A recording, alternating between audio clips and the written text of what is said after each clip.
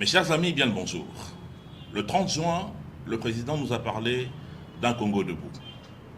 Il se bat pour ce Congo chaque jour. Et nous voyons ce Congo arriver.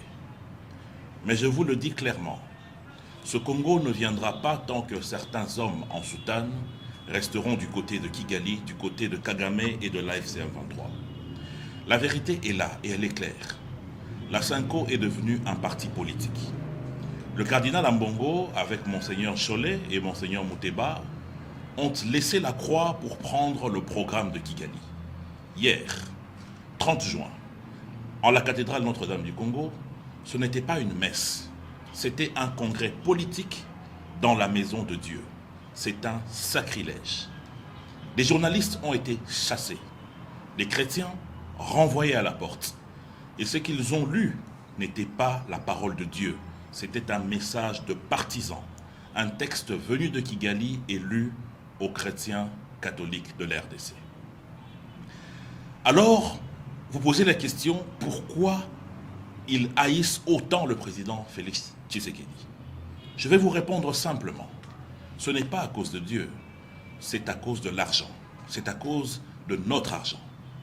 Vous savez que depuis 1990, pendant près de 40 ans, certains évêques vivaient grâce à vous.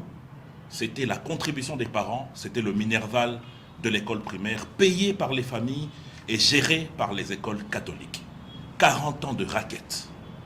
Pendant que nos parents souffraient pour payer, eux devenaient de plus en plus riches sur leur dos. En 2019, le président a dit stop. Il a donné la gratuité de l'enseignement primaire. Des millions de nos enfants sont retournés à l'école. Des millions de parents ont respiré et des millions ont échappé aux poches des gens en soutane. Et c'est pour ça qu'ils le détestent autant. C'est pour ça qu'ils veulent la chute du président de la République. Ils ne se battent pas pour la démocratie, encore moins pour la Constitution. Ce ne sont que des prétextes. Ils se battent pour leur argent.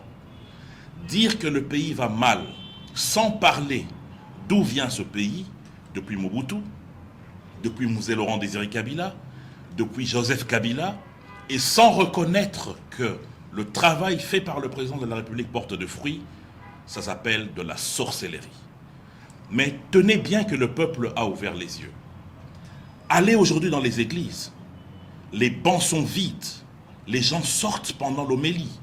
Ils n'en veulent plus de cette politique à l'église. Tout le monde sait aujourd'hui. Certains évêques et l'opposition portée aujourd'hui par Fayulu et Sesanga et consorts sont payés par l'argent de Kabila et de Kagame. Nous connaissons le réseau. Et on sait que chaque jour, ils préparent le chaos.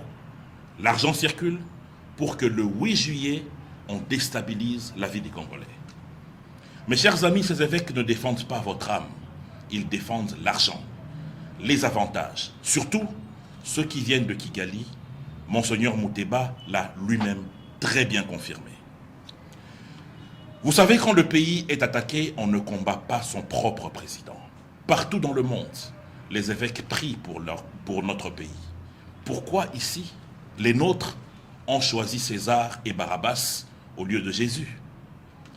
Cardinal Ambongo, retenez bien ceci. La République va rester debout. La gratuité de l'enseignement va continuer. Si le peuple souverain décide de changer la Constitution, il va la changer. Et le Congo n'obéira jamais aux ordres venus de l'étranger. Sachez-le, le peuple est avec Félix Tshisekedi. Mes chers frères congolais, restez debout. Ne laissez pas ces gens vendre notre pays, ne laissez pas l'ennemi gagner. Ils ne sont que là pour mentir. Vous avez vous-même vu. D'autres sont passés pour dire qu'ils ont été touchés par balle au niveau de la tête. D'autres ont eu des pieds cassés par coups de balle. Mais magie, une semaine après, on les voit en forme, en train de rire. C'est en réalité de vous qu'ils se moquent. On ne peut plus leur laisser ce temps.